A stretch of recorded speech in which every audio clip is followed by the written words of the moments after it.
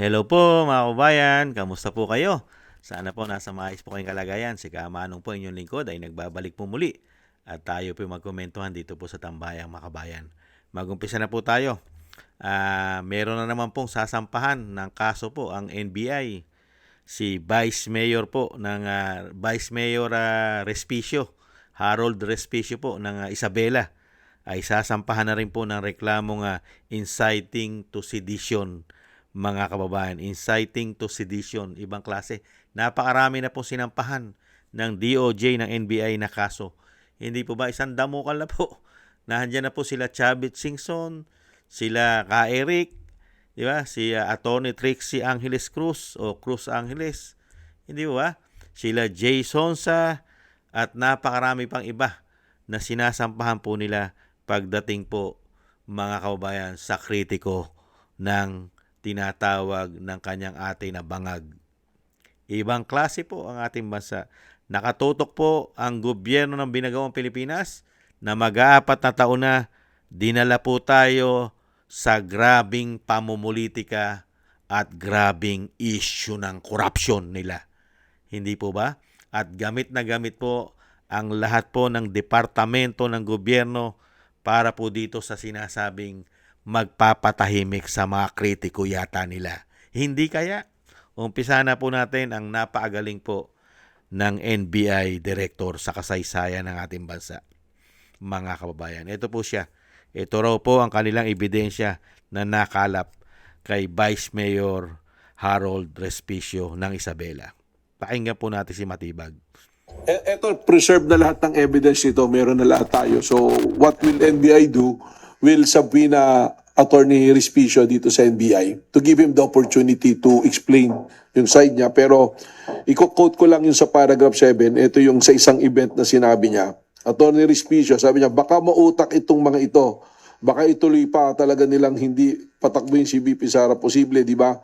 Sumagot yung audience, malamang. Attorney Respicio, pero posible bang patayin?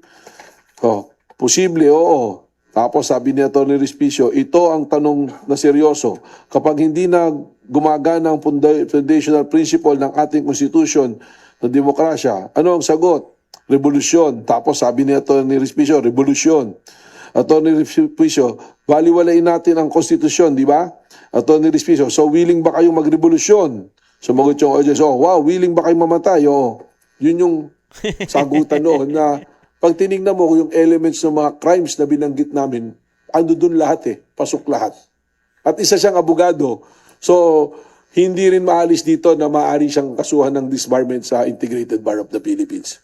So, dun lang muna, ang gagawin nga natin, papasabwi na si Attorney Respicio to hear his side. After that, we will make a recommendation and eventually, kung ano yung findings, we'll file a complaint to the Department of Justice. In fact, I have to commend Yusek Aboy na directly he can file it to the Department of Justice for prosecution, but he seek the assistance of the Bureau for the... Yan, nakita niyo po mga kababayan. Yun daw po ang dahilan. Napakarami daw pong pagbabanta na ginagawa raw po ni Vice Mayor Harold Respicio para po mag-udyok. Mag-udyok po na mag-aklas laban po sa Pangulo na tinatawag po na bangag ng kanyang ate.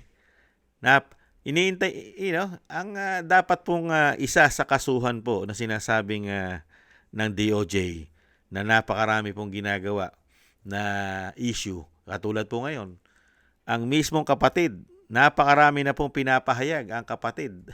Si Senadora Amy Marcos sa kanyang kapatid na tinatawag niya na bangag. Hindi po ba? At ngayon po nagsasalita na naman po si Senador Amy Marcos ang plano po ng pamahalaan na wala pong eleksyon sa 2028. Hindi po ba?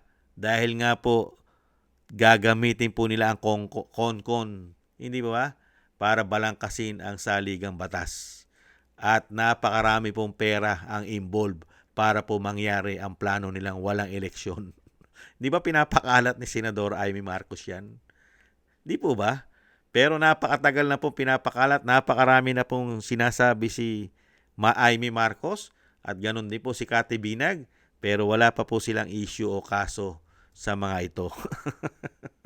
Tangi pong ito. Kaya-kaya naman po yan, mga kababayan. Wala naman po mangyayari dyan sa ganyan sinasabing kaso. Kasi po, hindi naman po, hindi naman po ang magdidesisyon dyan ay ang DOJ at ang NBI. Hindi po ba? Dadalhin pa po sa korte yan, usapin pa yan. At yan po ay dadalhin pa sa Korte Suprema. Hanggang Korte Suprema yan. At yung mga sinabi po ni Atty. Respicio, mga kababayan, emosyon niya yon bilang isang Pilipino sa nangyayari sa ating bansa. Di ba? Yun ay yung kanyang sama ng loob at galit. Sa dami kasi ng ipinangako ng tinatawag na bangag ng kanyang ate, ay wala pong natupad sa kanyang pangako na napakagandang pangako na gagawin niya sa Pilipinas at hihigitan pa niya sa kanyang mga pangako ang ginawa ni dating Pangulong Duterte. Dismayado yung kapwa niya Ilocano. Kapwa niya Ilocano, si Harold Respicio, taga Isabela yan. Hindi po ba? Ilocano. Hindi po ba? Sa tingin nyo, pagka ginipit ng ginipit ang Ilocano, kapwa Ilocano, matutuwa po ba ang mga Ilocano? Katulad nung ginagawa po kay Chavit Singson, matutuwa po ba ang mga Ilocano? Dahil yung sinasabi rin po ni Chavit Singson, sinampahan din po siya ng inciting to sedition ng pamahalaan. Sa tingin nyo, magkakaisa sila, mga Ilocano? Yung sinasabi po ni Chavit din, kaya sa sinampahan, sinasabi niya, ang Pangulo ay bangag din at isang damukal din ang ninakaw, lalo-lalo sa flood control. Hindi po ba? Yung kanilang pagiging dismaya bilang Pilipino, katulad po ni Vice Mayor Harold Respicio, dismayado siya sa kapwa niya Ilocano. Ilocano. Pero ang sagot ng pamahalaan sa problema ng bansa, pagka ikaw ay binabatikos dahil nga dismayado sa iyo, mismo ang kapwa mo Ilocano, dismayado sa iyo sa ginagawa mong panunungkulan, ang isasagot mo, imbis na yung solusyonan mo ang pagiging dismayado at ang Pilipino ay nag-aaklas dahil sa ginagawa mong kulang na kulang, halos wala na nagagawa doon sa problema ng bansa, ng bayan. Mas inuna nyo pa ang politika at korupsyon kaysa ron sa problema at pangangailangan ng bayan. Pero ang sagot ninyo, kaso, sa lahat ng pagiging dismayado, sama ng loob ng taong bayan sa inyo, ang sagot nyo, kaso. Ito, solusyon, kaso, kakasuhan nyo lahat. Lahat na nadidismaya ng mga Pilipino, dismayado. Tapos ngayon, pag-uudyok na. Nag-uudyok po ba ang pagiging dismayado ng Pilipino at sama ng loob sa nangyayari sa ating bansa? Na mag-aapat na taon na. Tuloy-tuloy pa rin po. Impeachment. Impeachment. ICC. Panggigipit sa mga Pilipino na nagpapahayag ng kanilang freedom of expression, freedom of speech. Panggigipit. Yan ang sagot sa mga solusyon ng problema ng bansa. Kundinahin mo, bawal na bawal mo, kundinahin. Pati mga Pilipino na nakikiisa sila eh. Nakikiisa sila. Lalong-lalo po sa mga tao na tumatayo sa entablado, katulad po ni Harold Respicio, na isa rin po dismayado. At daan-daan at milyon Pilipino kasama mga OFW, dismayado. Dahil nga po, dinala tayo sa ganitong klaseng panunungkulan. Dire-diretso ang pamumulitika, dire-diretso ang korupsyon nila, di umano. Pero ang bansa, baon na baon, lubog na lubog, at ang mga Pilipino naghihirap. Hindi po ba? Tapos makakita tayo ng mga ahensya ng gobyerno ang tinututukan yung mga kritiko. Tinututukan samantalang ang problema ng bansa nahandyan. Laganap na naman ang pulburon. Mga pulburon lord, mga smuggler, mga magnanakaw na politiko. Hindi po ba? Natututukan po ba ng DOJ yan, ang NBI, ang problema ng bansa? Laganap ang krimen, nahandyan pa makakaliwa. Saan po sila nakatutok? Saan po? Sa pamilya Duterte? sa mga supporters ng pamilya Duterte. Yan ang tinututukan nila. Mabuhay po kayo. Mabuhay ka po. Matibag. Mabuhay po kayo. Mabuhay po ang inyong administrasyon. Hindi naman po lahat ng panahon ay puro po sa inyo. Meron din pong panahon ng kawakasan ng bawat isa sa inyo. Ang taong bayan po ay hindi po lahat ay kaya nyo pong paikutin. At hindi po lahat ng Pilipino ay bobo at ginagawa nyong tanga sa inyo pong ginagawang paglilingkod. Tinanong nyo ba kami na masaya ba kami sa inyong paglilingkod? Na wala ba kaming dapat ikundina sa inyong mga paglilingkod? Tinanong nyo ba kami, mga Pilipino, na maayos ba at katanggap-tanggap ang serbisyo nyo sa mga Pilipino?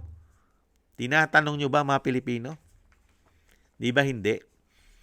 Pagka po nagpahayag at hindi nyo nagustuhan ang pahayag ng Pilipino, inciting to sedition. Yan ang kaso ninyo. Pambihirang buhay ito. Hindi po ba? Ganyan po. Samantalang kay dating Pangulong Duterte, 6 na taon, mga kababayan, hindi natin dinanas ang mga dumadanas ng takot na wag nang gumawa ng masama, lalo-lalo po ang mga politiko, takot magnakaw noong panahon ni PRRD. At ang mga pulburon, takot. Mga kriminal, takot. Mga NPA, takot. Mga terorista, takot. Mga oligarkiya na hindi nagbabayad ng tamang buwis, takot. Nakita niyo po ang pagkakaiba, difference? Ngayon, ang tinatakot, mga Pilipino na nagpapahayag ng pagkadismaya sa gobyerno, sila po ngayon ang tinututukan. At kasama po ang pamilya Duterte. Grabe, no? Napakalaki po ng diferensya. Pero ang pinakamalaking budget na inuubos, sila. Napakalalaki ng pondo na ibinibigay ng Pilipino. Sila ang ubod ng laki na wala pang nakikitang napakagandang nagawa. Mag-4 na taon na, mga kababayan. Ang achievement pa lang, isang damukal na maleta at isang damukal na flood control na hindi nakita ng mga Pilipino. Unbelievable. Maraming salamat po mga kababayan sa nagusto po natin tambayan mga kababayan sa YouTube at TikTok. At ganoon din po sa ating mga subscribers at patuloy po nagsusubscribe. At ganoon din po sa mga nagko-comment, like, share, and subscribe. Thank you po sa inyo lahat. Mabuhay po kayo. Maraming salamat po. At syempre po, maraming salamat din po sa mga nagbibigay po ng tulong at biyaya. Shoutout po kay Eric Hershaw ng Canada, Annie Jo, Jem Aris sa United Arab Emirates, Baby Roman at Ate Isa ng Cagayan, Tatay Nick ng Toronto, Canada, Jesus Valdepena, Rolando Guerrero, Mila Yi, Felipe Shapno ng Texas, USA, Rolando Timbol ng Alberta, Canada, Ma'am Elby at Shermani ng North Miami, Florida, USA, Melchorita Espinosa ng Orlando, Florida, USA, Arthur Estraniero ng USA, Randy Crispino ng Pasig, Mika Legaspi, Tessie Mantilla ng from Kuwait, Frank Zamora from California, USA, at Romulo Divinagracia ng Bacolod City. Thank you po sa inyo. Ingat-ingat po kayo sa inyo pumapagawa. At shoutout po sa inyo lahat. Maraming salamat po. At ingat-ingat po tayo mga kabayan. Tis-tis lang po muna. Bye-bye.